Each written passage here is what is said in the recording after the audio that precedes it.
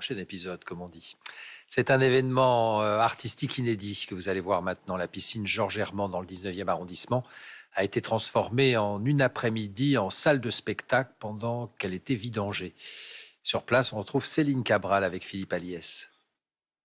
Ce soir, je vous propose de plonger ensemble dans le grand bassin, non pas pour nager, mais pour une parenthèse culturelle. On en parle ce soir avec la directrice des lieux.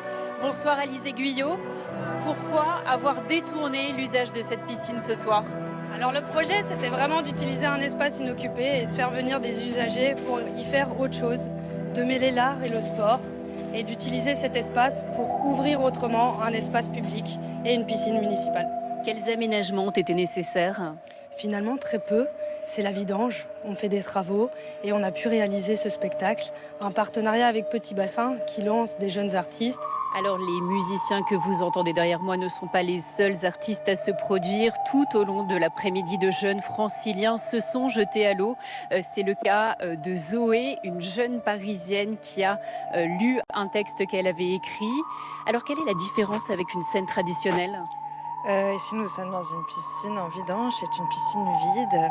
Nous avons passé avec nageuse parisienne et Colline Pierret entre 2 et 3 semaines en résidence d'écriture pour mener un projet d'écriture. Donc, on est dans un lieu qu'on a pu observer, qu'on a pu voir plein, puis vide. C'est un lieu qui a une acoustique très particulière, d'autant plus quand il est vide. On le sent ici, la culture se mêle au sport. Est-ce que c'est une façon de plonger dans les JO de Paris 2024 ?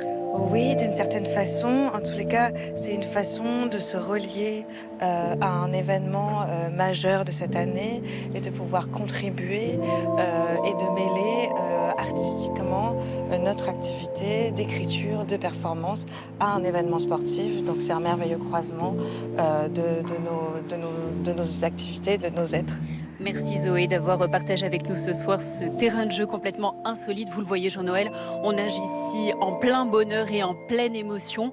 Un Paris qui n'est pas près de se clore en pleine année 2024, année olympique.